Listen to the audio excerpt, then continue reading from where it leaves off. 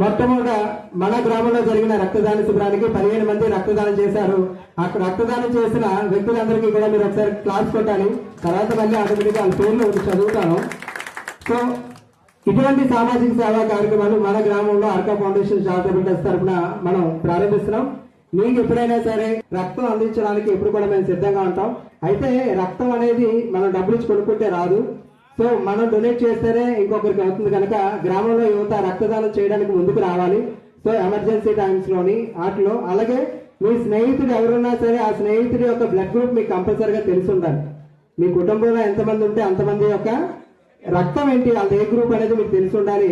అప్పుడు ప్రతి ఒక్కరి ఫోన్ నెంబర్లో కూడా పేరుతో పాటు ఆ పక్కన వాళ్ళ బ్లడ్ గ్రూప్ కూడా మీరు రాసుకున్నట్టయితే మీరు ఫోన్ చేసినట్టే ఆ పలానా నగేష్ గారిది ఓ పాజిటివ్ బ్లడ్ గ్రూప్ వాడికి చేస్తే అవకాశం ఉంటే వస్తాడు అనే ఒక అవగాహన మీకు ఉంటుంది.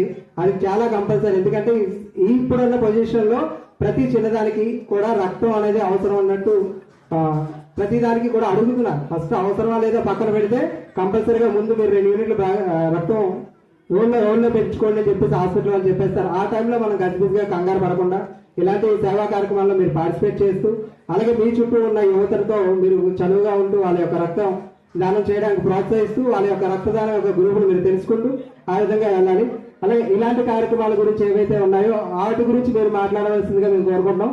సో కాబట్టి ఇందులో ప్రతి ఒక్కరు కూడా మాట్లాడాలి. ఏదో మీకు తోచింది అర్కా ఫౌండేషన్ మీకు ఏ విధంగా ప్రోత్సహిస్తారు, మా కార్యక్రమాలు ఎలా ఉన్నాయి అనే విషయాన్ని తెలియజేయాల్సిందిగా కోరుకుంటున్నాను.